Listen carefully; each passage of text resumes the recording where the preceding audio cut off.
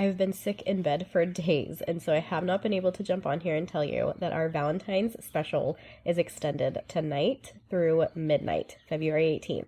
So if you wanted to grab My Essential Birth for $100 off for only $197 and get the birth affirmations audio track and printable birth affirmation cards, now is your chance to do that. So I hope that you will. I hope that you'll join me inside, and I hope you forgive me for this awful audio and terribly congested face of mine.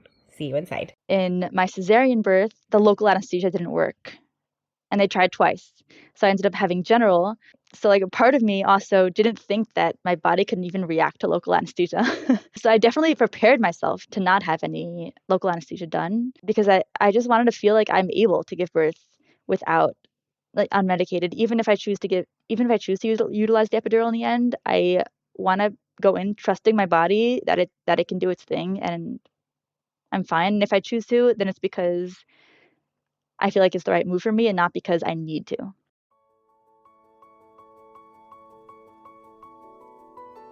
Getting pregnant and giving birth are two of the most exciting things you can ever hope to experience in this life.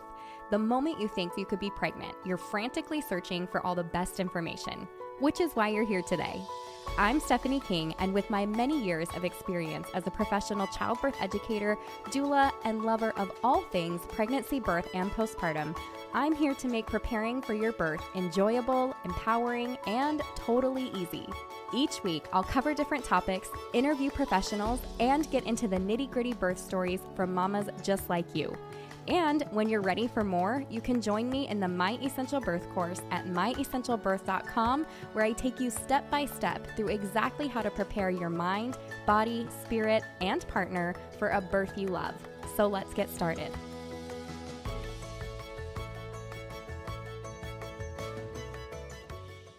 Welcome back. This week we have another My Essential Birth story from one of our mamas. And with that, will you, Sarah, say hello to everybody, tell us a little bit about yourself and your family, and then let's dive into your pregnancy. Hi, thank you for allowing me to be here. I'm so excited. My name is Sarah, I'm married to Ari. We have 2 kids, Moshe, who's 2.5, and Mayan, who is 8 months now. Yeah, I just finished my master's in applied physics, and now I'm working in a company doing like lasers and stuff. And I also play in an orchestra. I play the viola. Oh my goodness. Yeah, it's really fun. So that's like just kind of the basics about me. And and I'm really enjoying being a mom right now. Oh, I love that. So, and did you say where you are located? Oh, I didn't. Yeah, that's an interesting piece of information. Yes. I am located in Israel. I moved to Israel when I was 9, so I've pretty much grown up in Israel most of my life.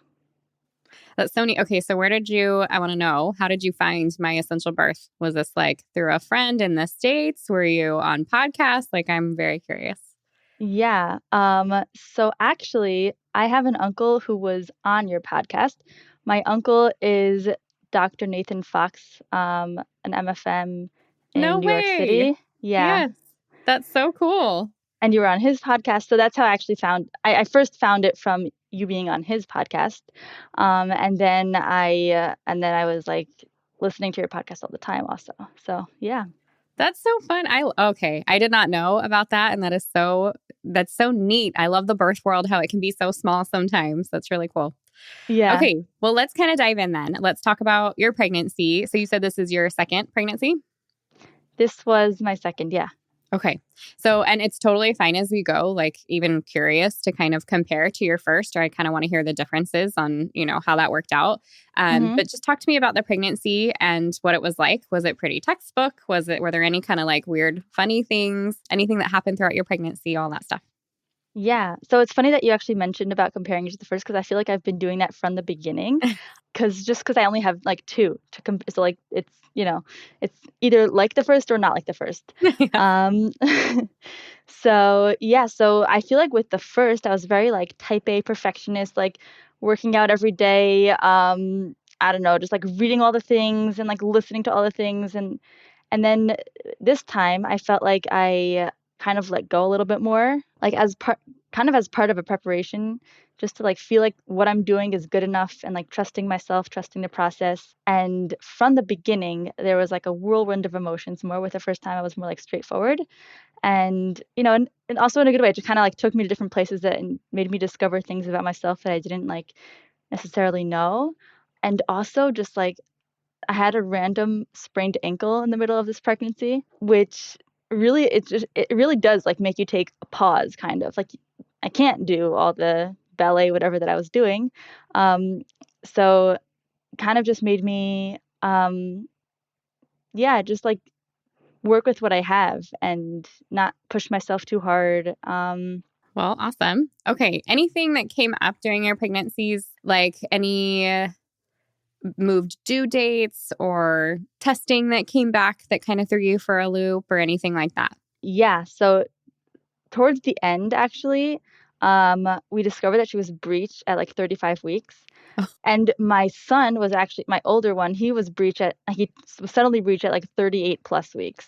And that's actually how he ended up being a C-section because of breech. I opted not to do breech birth. I decided to have a C-section. And that was just kind of threw me for a loop again, because like suddenly this is happening again. Like, oh no, I really wanted this VBAC even before he was born. Like I was going to the C-section kind of thinking, okay, next time will be a VBAC. So like I was pretty set on that. And then suddenly like this threw me for a loop. And then it took me some time to like get into the mindset of like, no, this is not the exact same situation. 35 weeks is not 38 plus weeks. And there are still things that I can do that I did try the first time, which do have a chance of working. And maybe it didn't work the first time, but it could work the second time. And she ended up being head down. But yeah, that definitely threw me for a loop. Yeah. And I feel like I was more intuitive in general this time. Like I feel like I kind of knew I was pregnant even before I could take any tests. I just kind of knew. And I didn't have that with my first. And I also knew it would be a girl. I know that like that's not actually a thing, because like 50% of people are wrong about that. But like I just had a feeling it would be a girl. And she was. I think like one important thing about this pregnancy is that I kind of came in a way prepared from having prepared for the first one. Like not even I was just prepared because I already had done preparation, and not necessarily because I had to like start over and like prepare from the beginning. So like I already had built on that groundwork. So I already had a doula I had in mind for this VBAC birth. I already had different like ways of preparing for the birth, which some of them I ended up using in the birth the first time, some of them not. Some of them kind of took place in the second birth. So yeah. Well, I'm curious then, since you had your first birth and that went the way that did, and then, I mean, prepping for a VBAC is a whole different story, and I really want you to kind of get into that in a minute.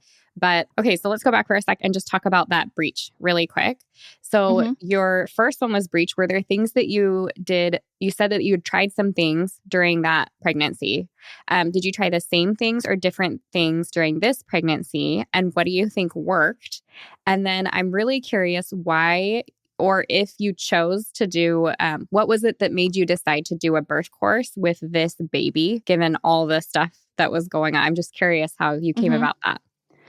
So I actually I took the birth course for my last baby, for the first one. Oh, okay. So like I already had some of the tools and preparations and stuff that I was doing the first time that I did again. Some of them I just kind of like picked and chose what felt right to me in this pregnancy. And it was super, super helpful, even with this planned cesarean birth. It was pretty much planned because breech. I mean, it was planned as planned could be with 3 days notice, but I feel like a lot of the preparation and a lot of the work that's done is very similar with both births in terms of like the mental aspect of it. And also like the tools that I ended up using in both births, there are a lot of similarities. Like I use a lot of affirmations. The affirmations themselves were different because the situations were different, but like the fact that that's what helped me, I think is a very strong common ground. Yeah. Yeah. Okay. So let's kind of dive into the VBAC side of things, maybe starting with your providers. So what kind of provider did you choose for your first birth? And was that different for your second? Did you find that you had to interview some different providers when you were, now that you were not up against, but you kind of like had VBAC on your mind? Were you finding that you had to approach that a little bit differently, or what was that like for you? And what did you end up choosing in the end? hmm Yeah. So in Israel, things work a little bit differently, just in terms of like providers and hospitals and all that and how that works. So basically, you choose a hospital. You don't really choose a provider. Um, it's not like it's more of like a public system. So I did choose a different hospital this time around. I chose a more VBAC friendly hospital, meaning they have better policies for people trying for VBACs. I also, doulas are a very big thing here because you can't choose your provider. So you choose a doula who like works with, they kind of know the staff in the hospitals, and they're able to kind of get you the people that they think is better for you, or they work well together. It's very midwife based. There are really no doctors in like OBs unless there's like for stitching up or for C-sections or like things like that. But really, you're primarily seeing a midwife if you're having a vaginal birth.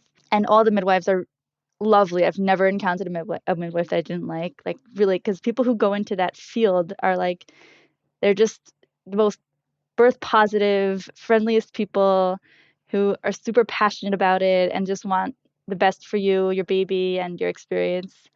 Um, so yeah, so it was really amazing to just be surrounded with all that, womanly love and care. So I did choose a different hospital this time, and I chose a specific doula who specializes in VBACs.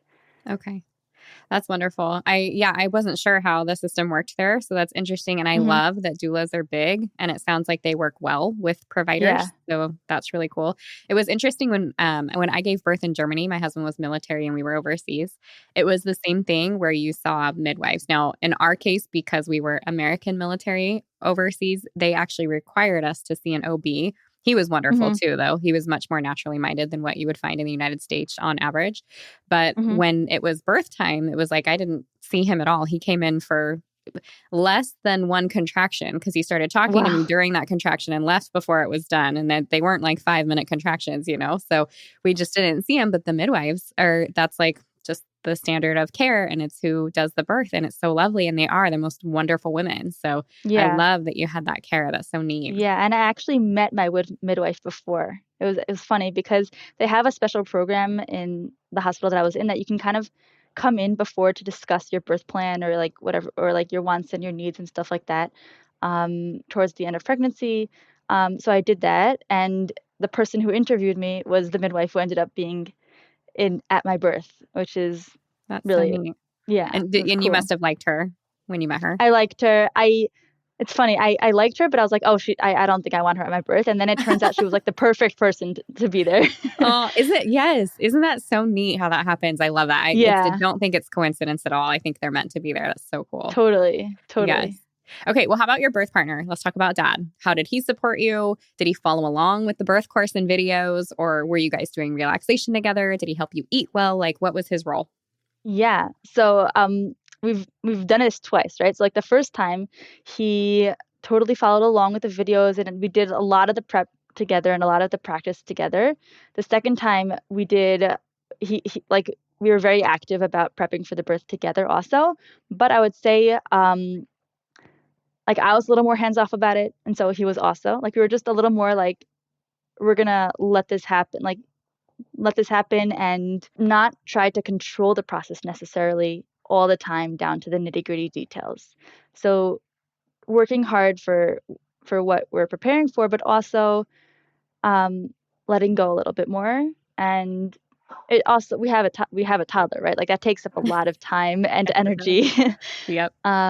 So yeah, so we were doing that a lot of the time, and it was I feel like it was good for the baby. Like I felt like in the beginning that it would just be like poor baby, she's not going to get as much attention or whatever.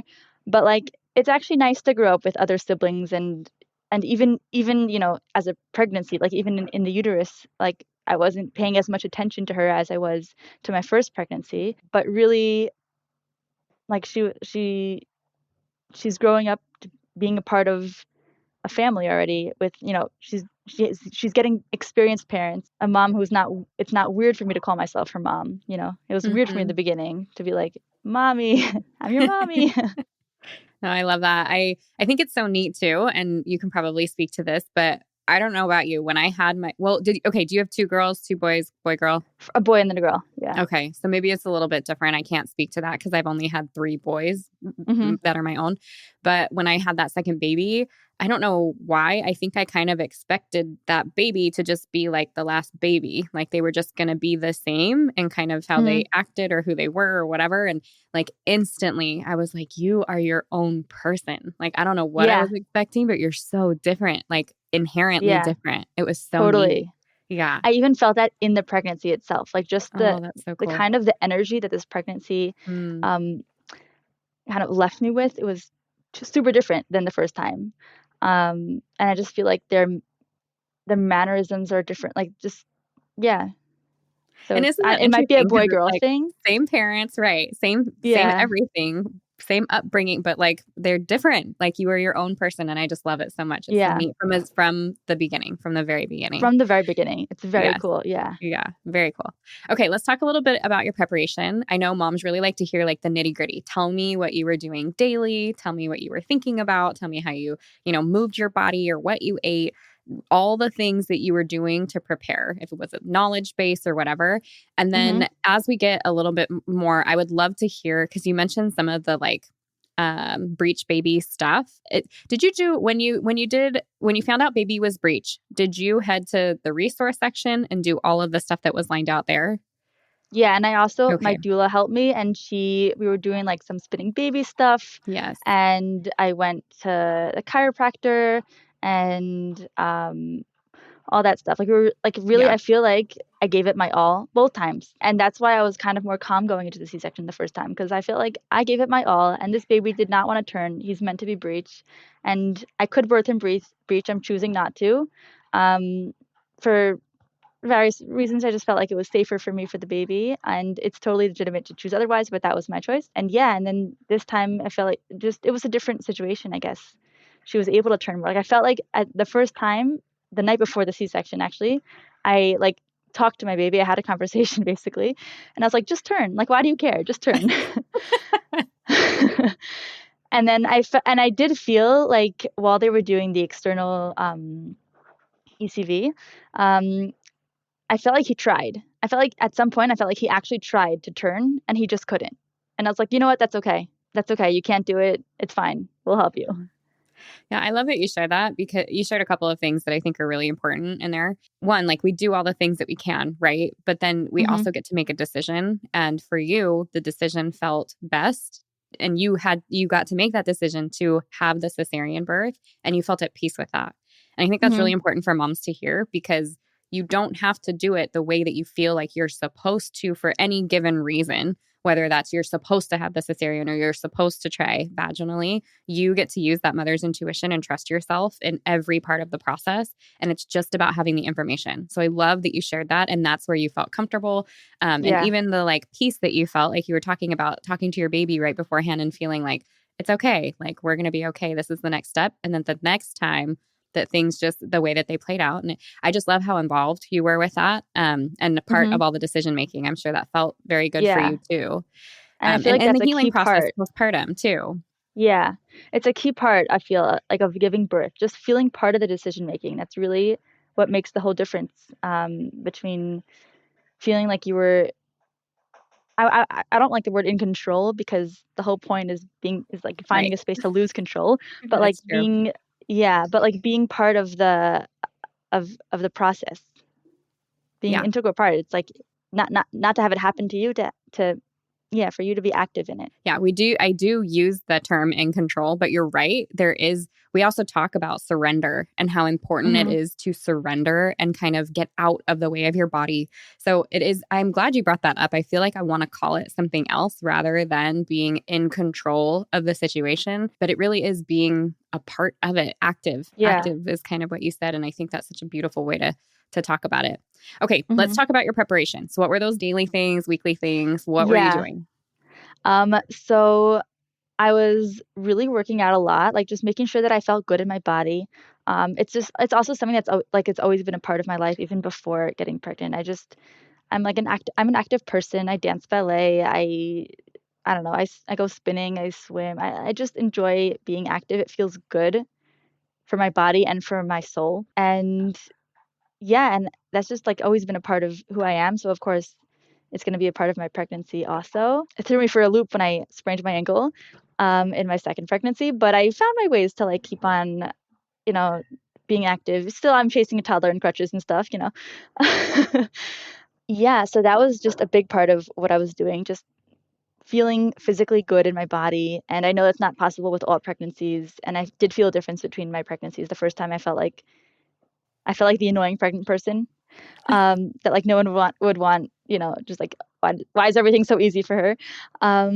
And the second time I felt like it kind of, hit me a little more. But yeah, I was really doing a lot of that. And in terms of like relaxation, I feel like that's where I tried to practice some more stuff. So I the first time around I used to like take a lot of baths with like the affirmations playing in the background.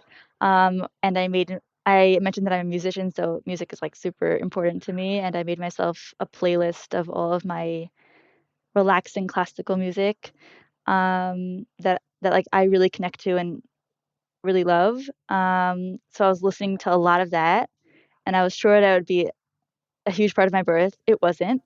Um, but it really helped with even just getting myself in the right mind space to be able to relax. It did help with postpartum, that playlist. Yeah, I think a lot of the stuff that we do in preparation is just to put in the work. It's not like it Hmm. might not be exactly what we take into the birth space with us. Sometimes it totally is. And then there are Yeah. times you're like, yeah, but it did teach me, to relax and to have good things in my mind and all of that.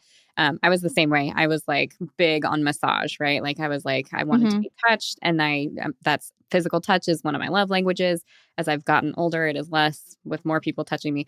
But at the time, I was like, I know I'm going to want this during labor. And then my husband started doing some stuff during labor. And I was like, don't touch me. Just be near me. That's all I need right now. But all that prep Yeah. work, help me relax my body, help me relax my mind. And so I Yeah. think a lot of the It prep work still that we has do. value even if you don't use Yes. it in the end. Yeah. And that's Thank what I you. felt Yeah. like, especially with a C-section, because a lot of the things I didn't use in the end, none of the physical aspects. Right. But first of all, it had value in and of itself. And second of all, it really helped postpartum. Like the fact that I had strong legs was a big game changer for me. Like I was able to get out of my bed pretty quickly. Yeah. Yeah. No, I love that you share that. Okay. Let's dive into your birth. Tell me everything from that first Okay. contraction on. Okay. I'm excited. So yeah, so my due date was on a Saturday, and I remember it like coming and going, and I was sure I was going to be early. For some reason, I talk about this intuition that I had. I did not have intuition about when I was going to give birth. I was sure I was going to be like a week or two early, and and the due date came and went.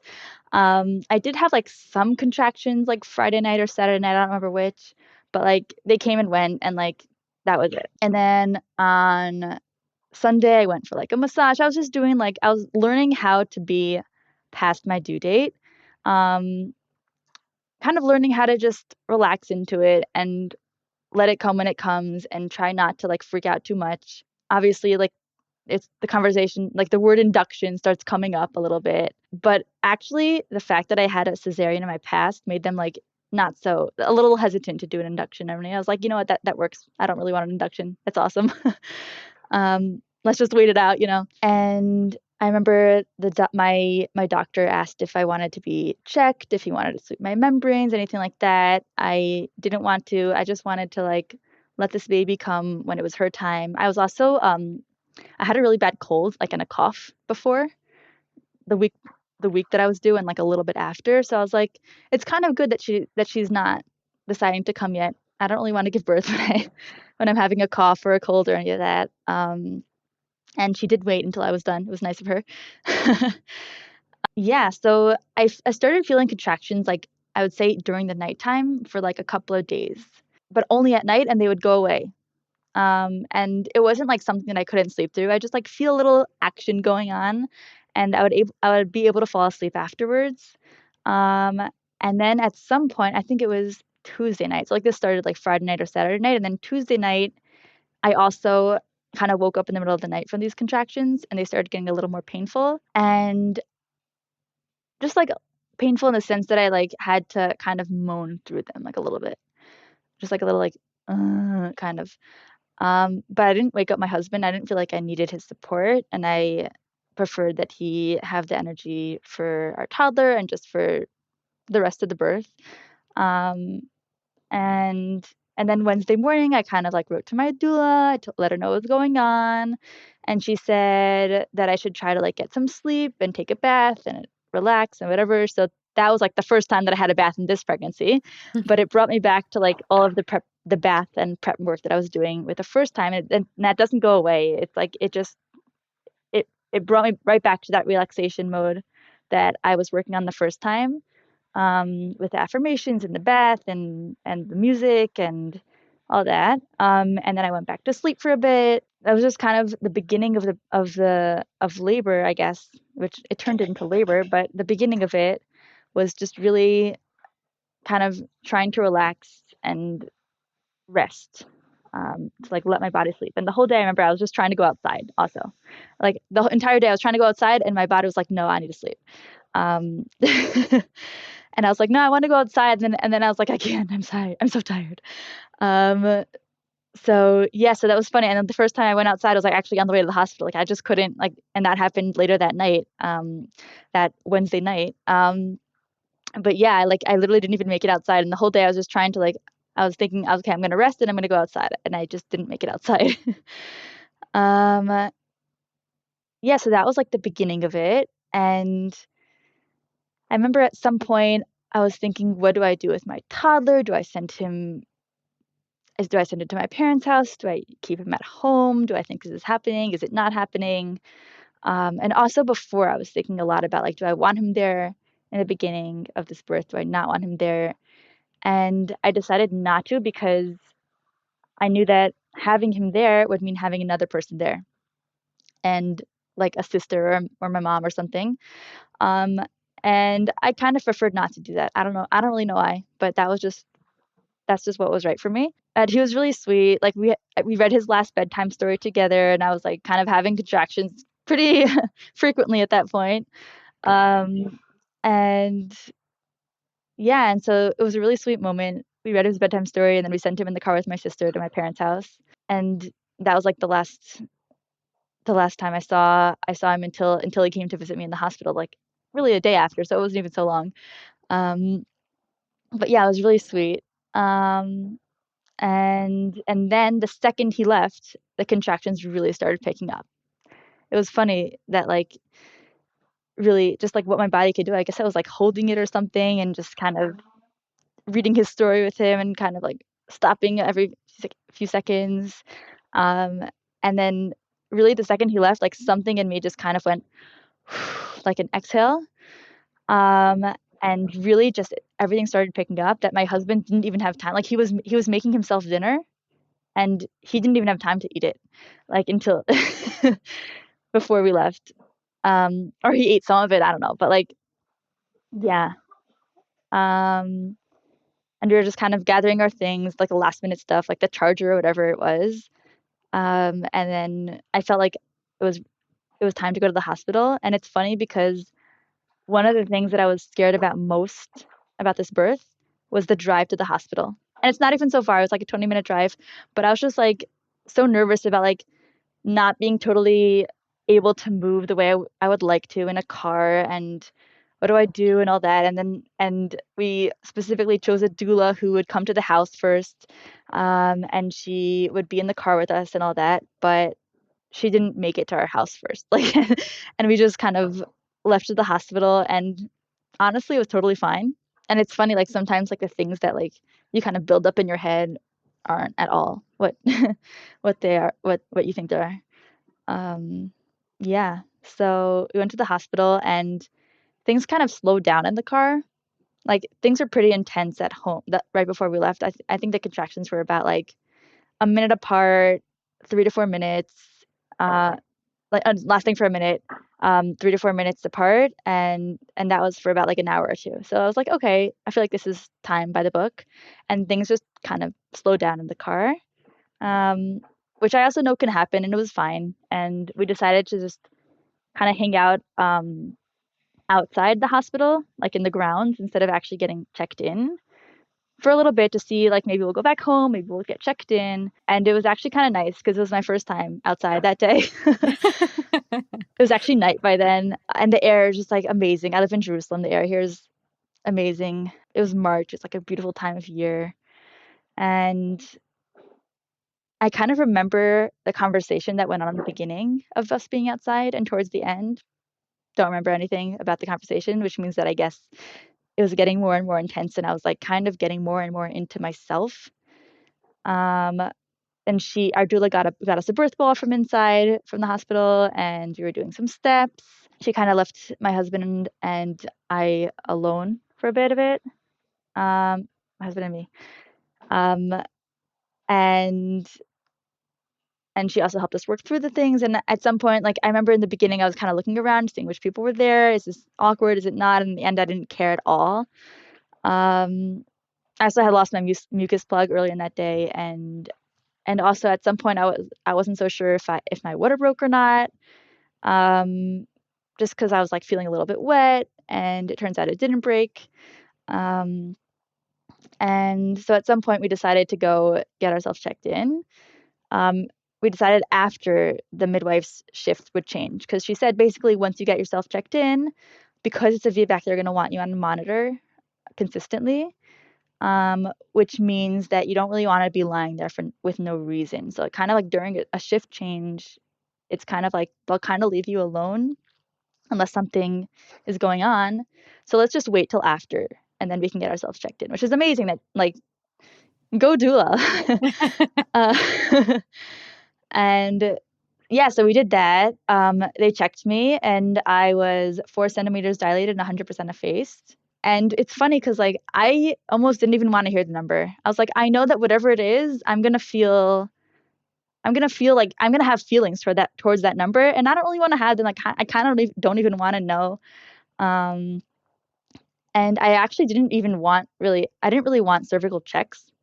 And that's like one of the things that I discussed before when I went to the hospital, like to discuss the birth plan before. Or at least I wanted like to minimize the amount of cervical checks. Like every time I was offered like a cervical check that wasn't necessary, or I mean, none of them are actually necessary, but like, just like, routine or whatever. I could push back on that one too, but I decided that that's okay. Like I'll let them do the routine one, and then the one before I push. Like those were like the two that I felt fine with.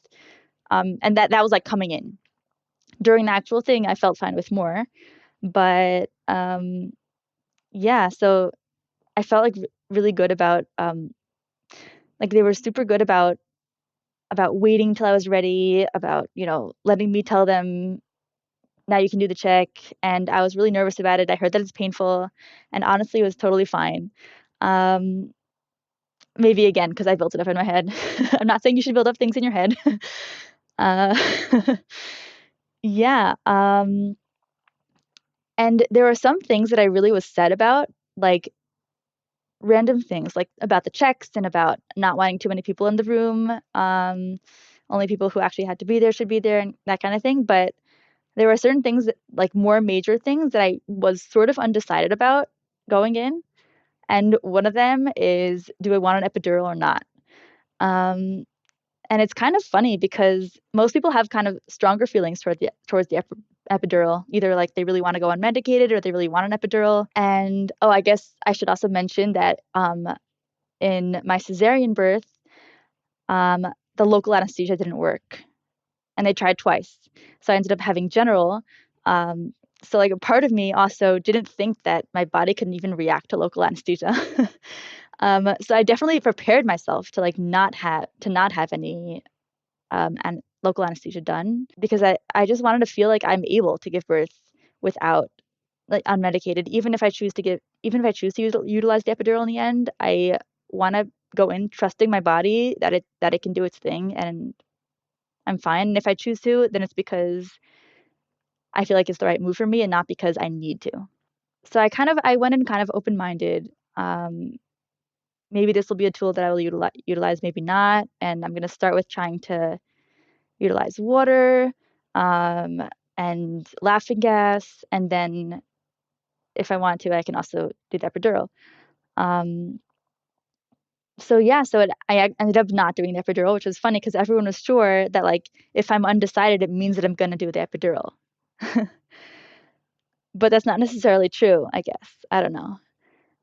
I was just kind of, I mean, I guess I did have a plan. I was just open to the possibility of I very well might be getting an epidural, and that'd be fine. So, like, kind of during that initial checking in time, they said I can either go into a room or I can just stay in the initial check-in area um, in triage.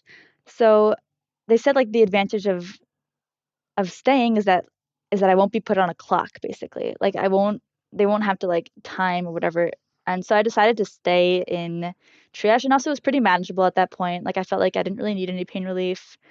Maybe, and I was thinking maybe I'd go like take a shower or something in triage, and then it turns out, and then I was just so tired I just wanted to sleep.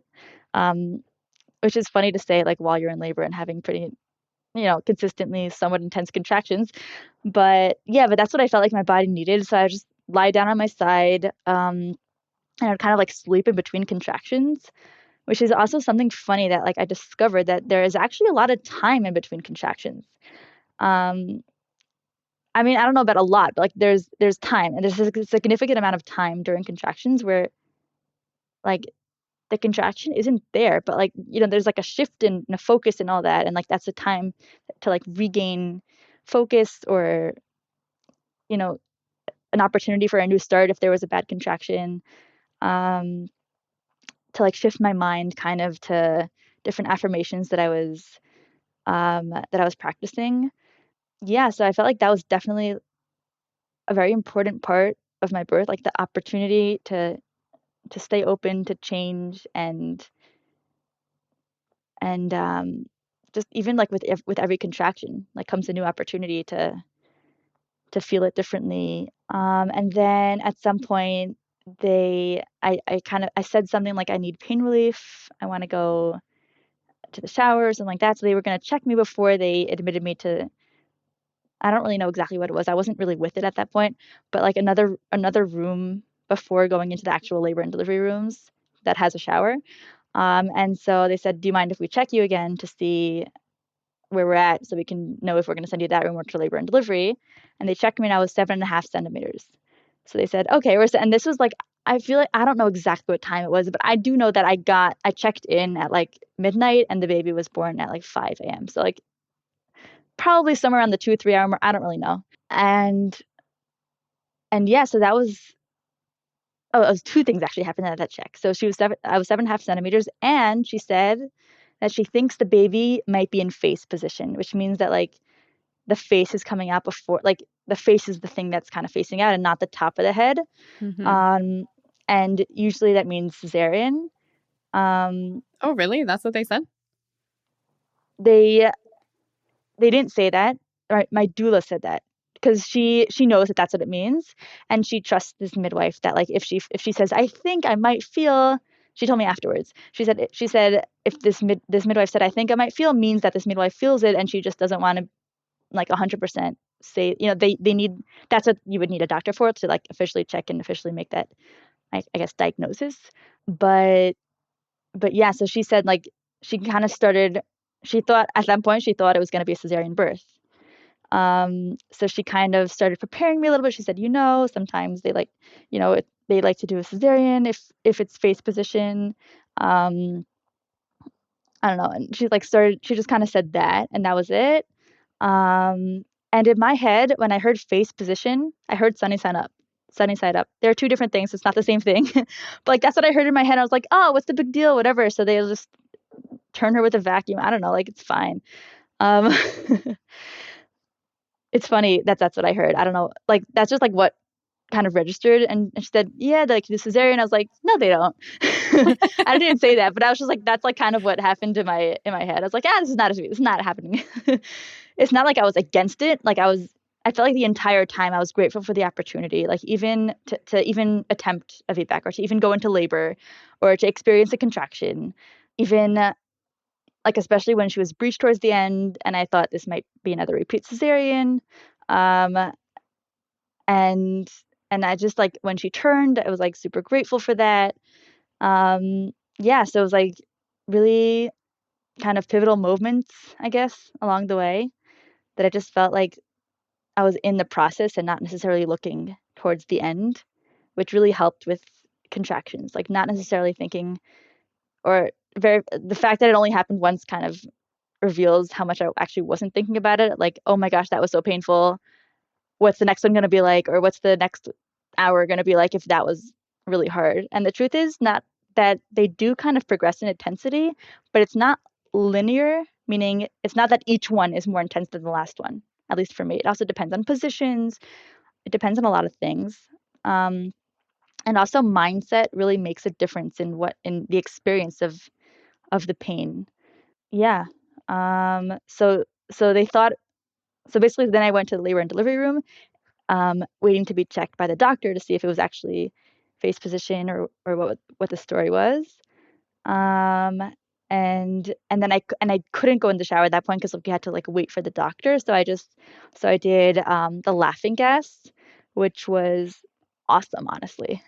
It's like the exact lose of control in like a way that I choose.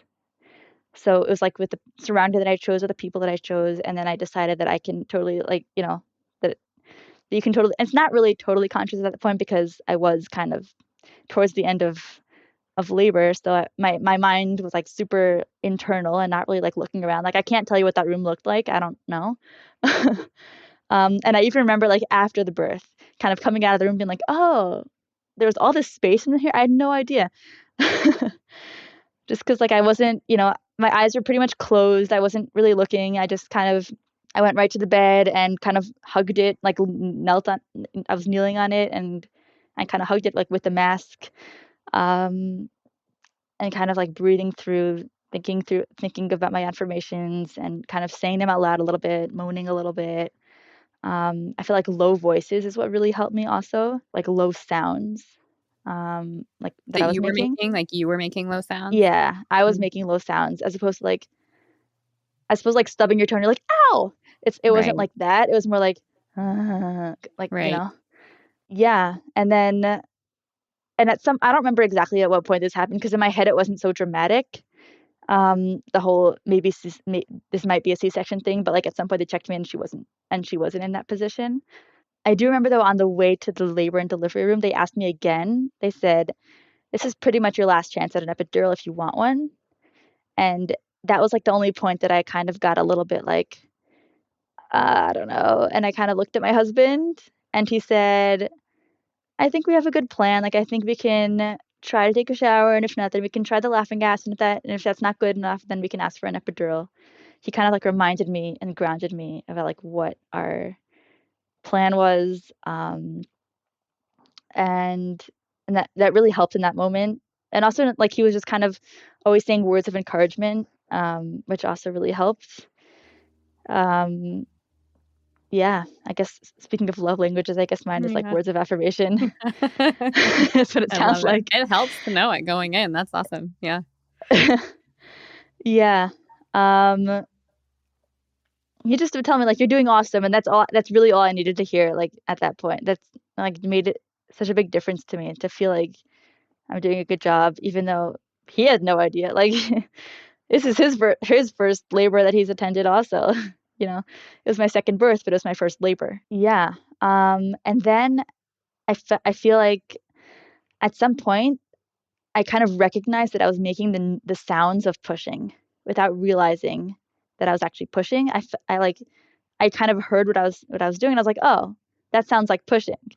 Like it's like kind of pushing the baby down a little bit. And then I don't remember exactly at what point, but like I felt this like shift in the whole atmosphere of myself and the room and everything. I just felt like something kind of more focused, less um kind of like less kind of like floaty, more like suddenly was grounded.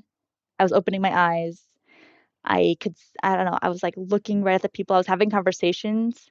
Our doula put like mint essential oil or like nana, something like that, like something very like awakening and focusing.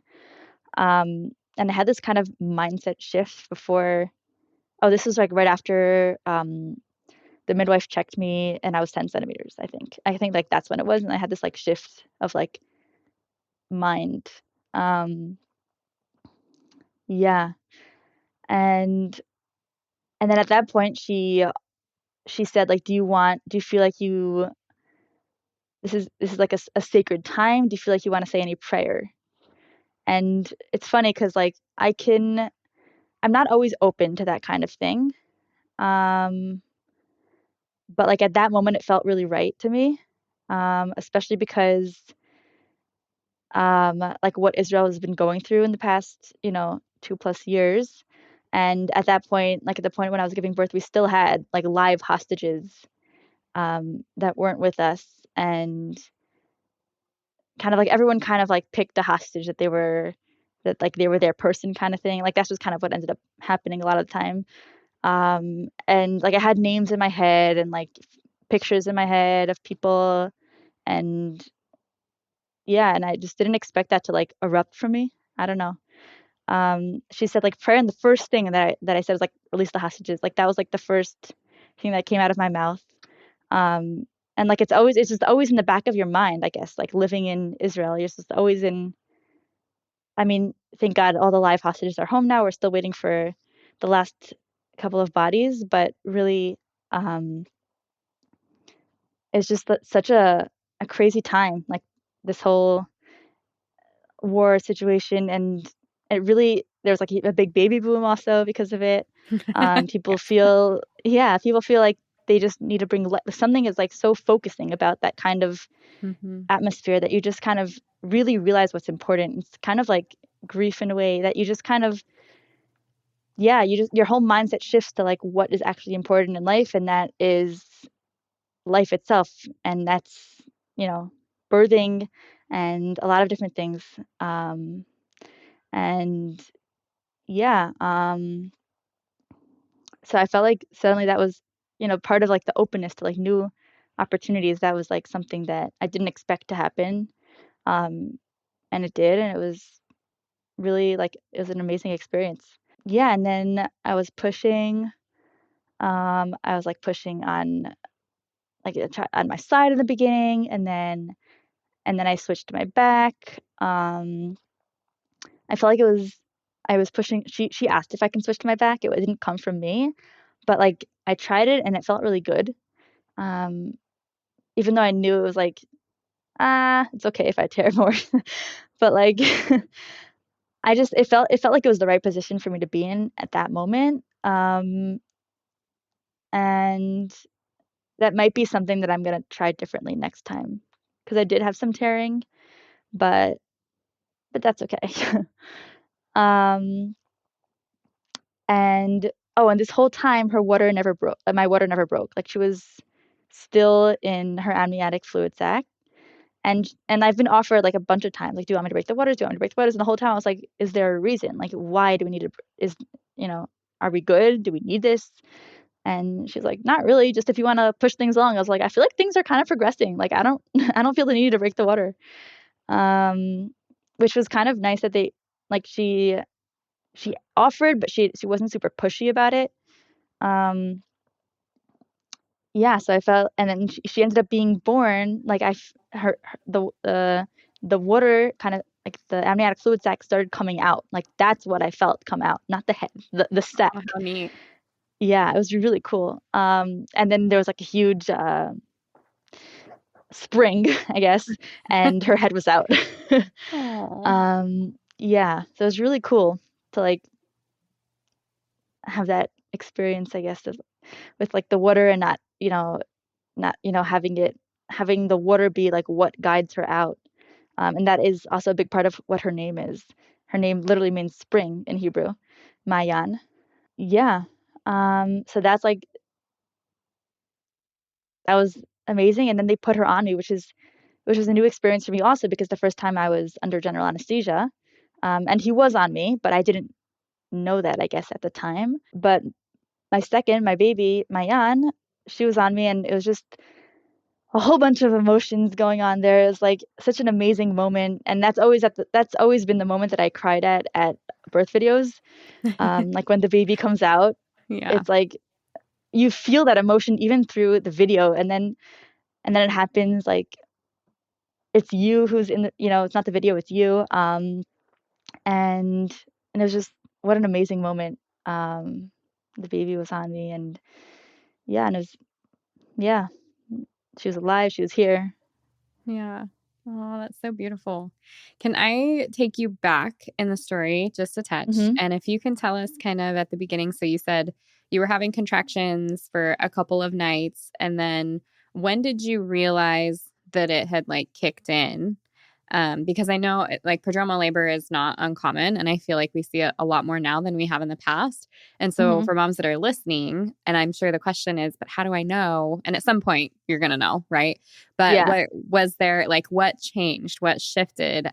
You did talk about your son leaving, which is super powerful. It's so interesting because there's a lot of like what happens in our mind, right? Like what we're aware of and what we think, and then how our body reacts to things that we can't control those reactions. And one of them being like, he left, and now your body recognizes like it's safe and good and we can move, and it does, and it kind of rolls into Mm-hmm. that.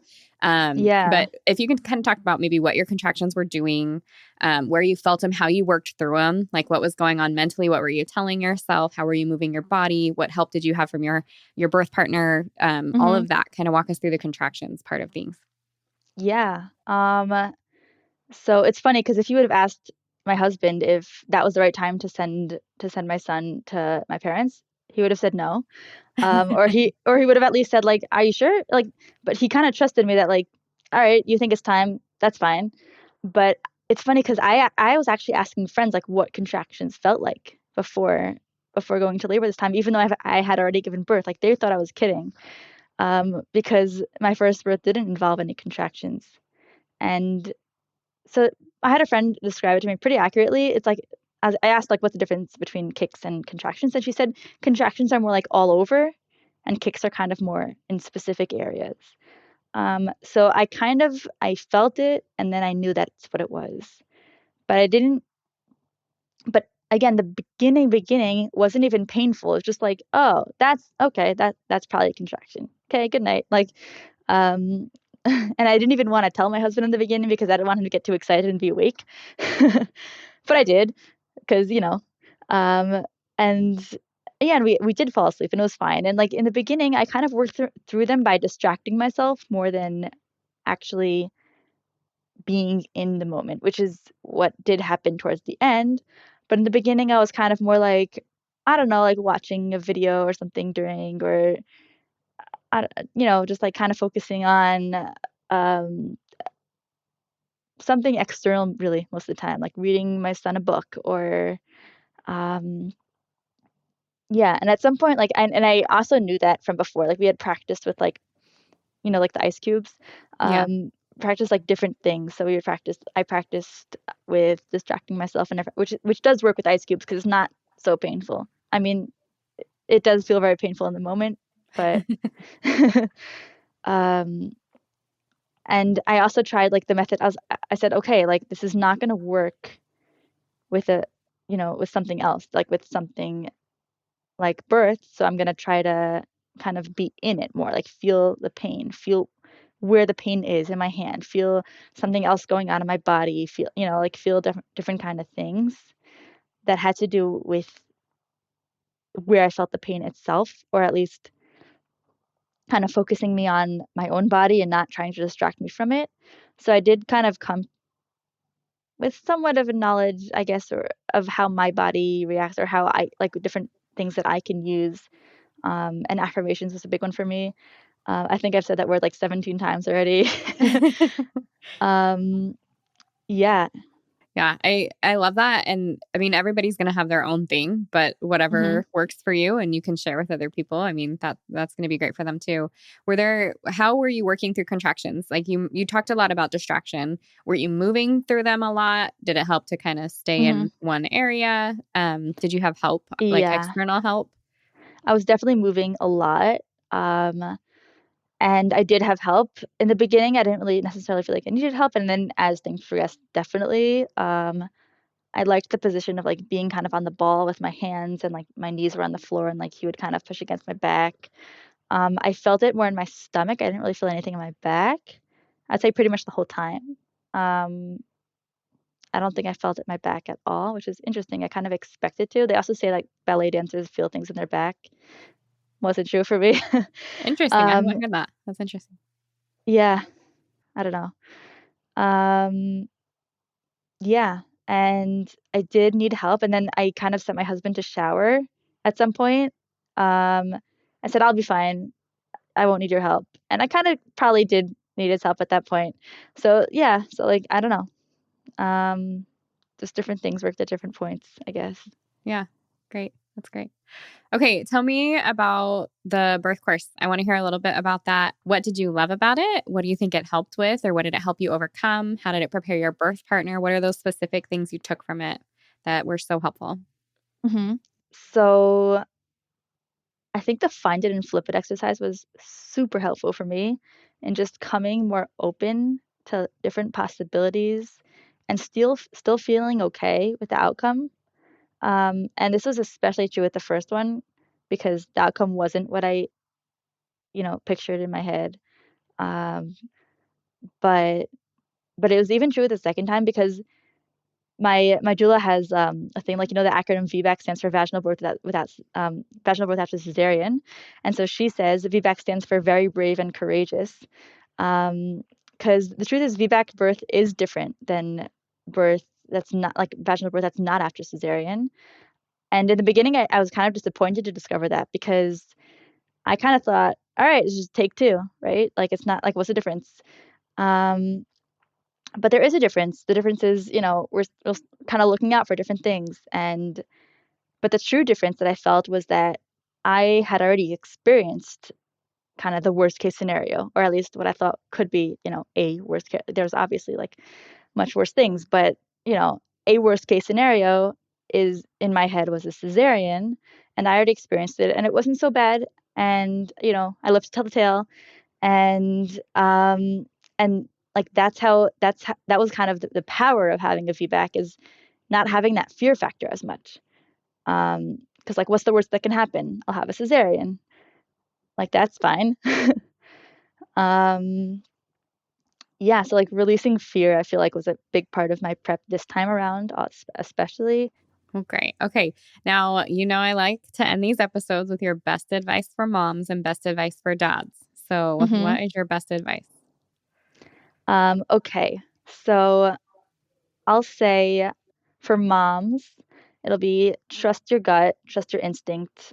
If you kind of feel like you should be doing something, you're probably right. I kind of felt like my toddler should be at my parents' house, even though I didn't really know why. I couldn't really explain it, but you're probably right. There's like more than one right, quote unquote, right way to do things, and it'll kind of uncover itself with time. You don't have to like come in having, a very rigid plan. You can kind of having like you talk about the birth map. I really like that. It's kind of like there are many ways to get there. There's not like one right way, and you'll kind of uncover as you go along which way is your way. And also kind of like to take the pressure off of prepping and all that. Like what you're doing is good. Like what you're doing for your body, for yourself, be like it's not about like not working hard at anything. It's just about being able to like not be, oh my God, I ate one cookie, what am I, like that kind of thing. Just like what you're doing is good. You're trying your best for your baby, for yourself, and you are enough kind of. For partners, I'd kind of say the same thing, but in the other way around, her intuition is super, super important here. And especially as the birth goes on, she can't always voice, she can't always voice that or fight for that and push back on anything. And you're going to be the one to ground her and to bring her back to her own voice. And, trust her voice and remind her of it. Yeah, that's my advice, I think. That's good advice. That's good, solid advice. Well, thank you. Thank you, Sarah. Thank you for your birth story. Thank you. Thanks for sharing it with the world. Thanks for taking time in a completely different country to come and join me. Thank really you. appreciate it. This is really fun. Yeah. If you loved what you heard today, the very best way to support this podcast and help other moms to find it is to leave a quick review. I read one at the beginning of the episodes, and I would love for yours to be next. And if you're ready for even more pregnancy, birth, and postpartum goodness, come join me in the My Essential Birth course at myessentialbirth.com, where I will hold your hand and walk you through pregnancy and birth step by step so you're totally prepared for a birth you'll love. See you next week.